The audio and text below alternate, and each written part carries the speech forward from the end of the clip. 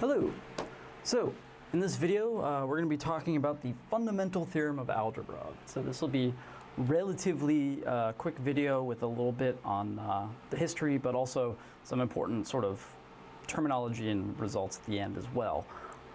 Basically, the Fundamental Theorem of Algebra is what lets us do a lot of what we do in the polynomial section, sort of lurking in the background. So we at least want to sort of acknowledge it, even though we're not really going to use it as much as, sort of concretely, as much as one might think or hope.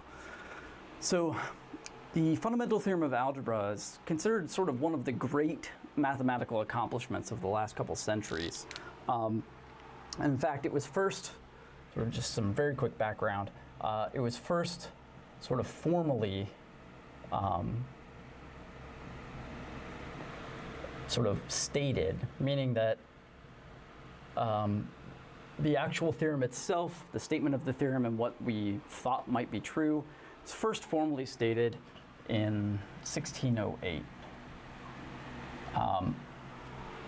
So this is a relatively old problem, although not nearly so old as some of the other stuff we've talked about. But it was actually, it had been considered, so considered sort of informally, considered in one form or another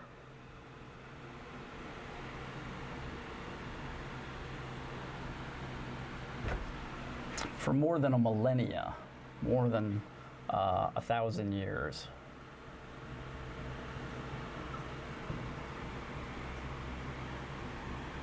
Before that.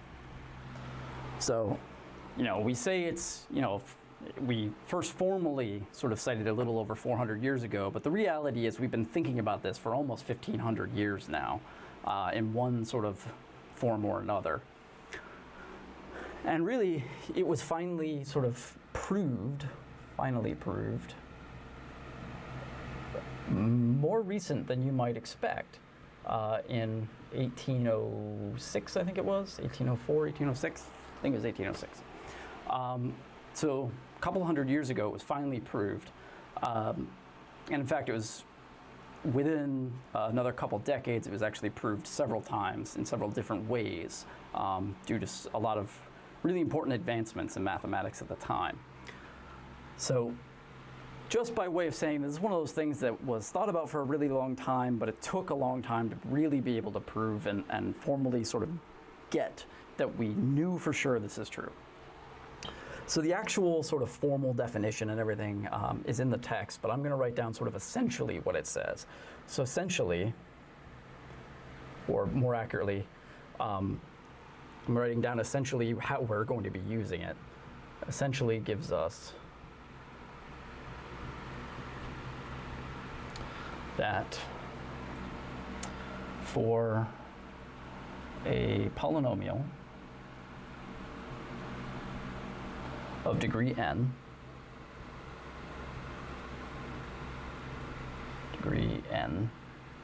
I guess I don't need quotes, but I want to draw attention that that's the degree because I'm going to be using this, so degree n.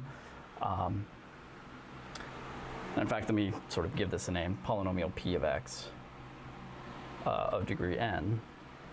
The p of x has at most, this is important, at most, so it could have fewer, at most, n real valued. So when I say real valued, I mean real numbers, so n real numbered zeros, and exactly, and again, at most versus exactly, important differentiation here, exactly n complex zeros. So what that's telling us is if we have a polynomial with degree 2, like a quadratic, then I could have at most 2 real numbers that when I plug it in I get 0. But if I allow complex numbers, which are real numbers or numbers that use the complex number I, which we'll talk about later, then it has exactly n numbers, right? So it's possible, using this, that I could have, no real roots. So like x squared plus 1 is an example of a thing that has no real zeros, excuse me. But x squared plus 1 does have two complex zeros, okay? And I'm going to include a phrase here, which is the terminology bit I'll explain sort of in a little bit at the end. So n complex zeros, and it has this phrase, up to multiplicity.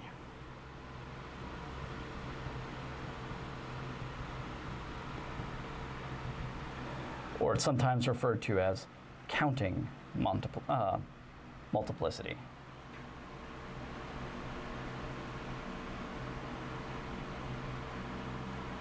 Right, so the phrase up to multiplicity is the same sort of meaning as the phrase counting multiplicity. I'll describe that in a second. And it gives us one other thing. So it gives us this idea that if we're only looking at real number zeros, I have at most that many, at most the degree number of them. But if I allow complex numbers, then I have exactly that many. Also,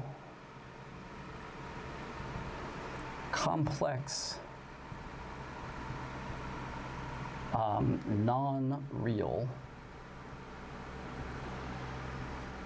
So these are not just things that can include I, but things that must include I, that aren't real numbers because they have that imaginary piece. And again, we'll discuss this more when we get to complex numbers, at which point we'll sort of review this result. But complex non-real, so honestly complex numbers, must, so complex non-real zeros,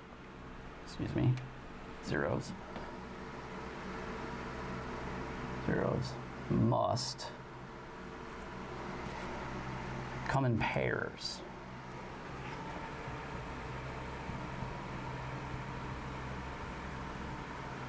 Specifically,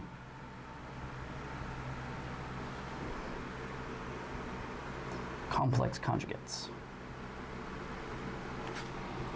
So you probably haven't, you might have, but you probably haven't heard of complex conjugates. Again, we'll get to that when we do complex numbers later. The real takeaway here, though, is that complex non-real roots, something that actually has an I in the value of the zero, they have to be coming in pairs. So what that means is if I have, say, a quadratic, I can't have one real zero and one non-real complex zero, right? Because the non-real complex zero has to come in pairs, so I have to have an even number of them. So I either have 0 or I have 2. I can't have 1, okay? That's the sort of important bit about that bottom. And we're going to use that in the future. Again, we'll revisit it when we get that far. Okay, all of this is the up to multiplicity bit, so what does that mean? Multiplicity.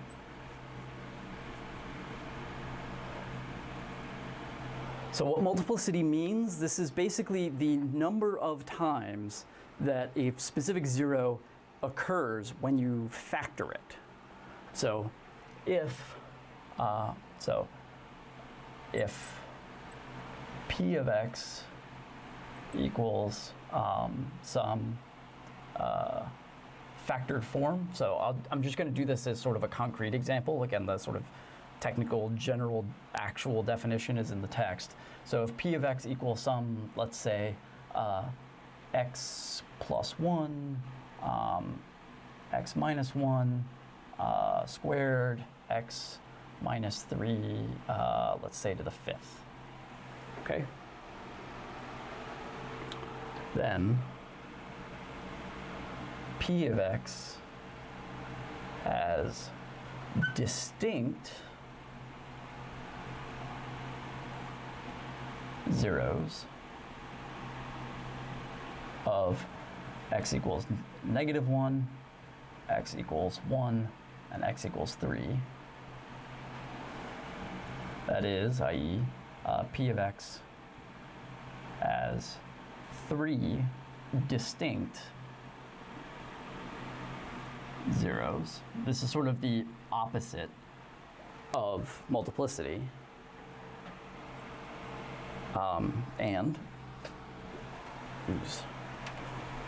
So p of x has the zeros counting multiplicity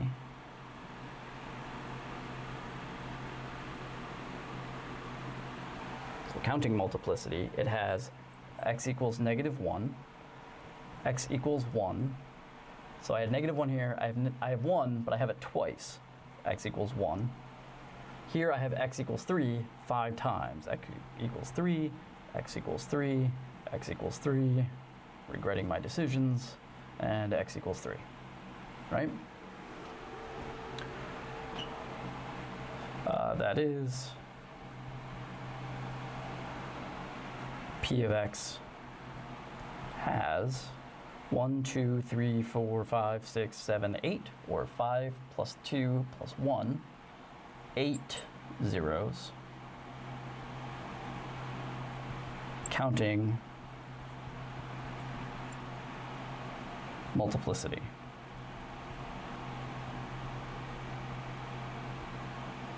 Or sort of equivalently, right, as I mentioned over here, up to multiplicity.